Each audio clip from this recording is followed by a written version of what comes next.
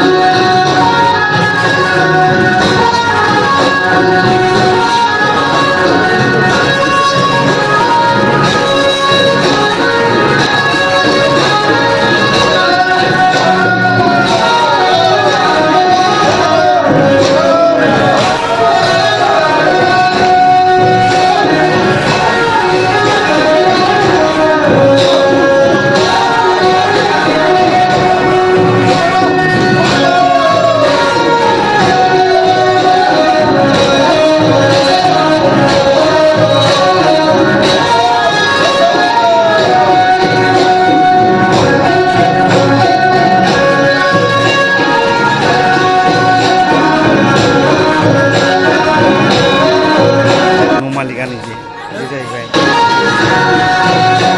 साख्रि हिनजाव ओंखाम जाबाय।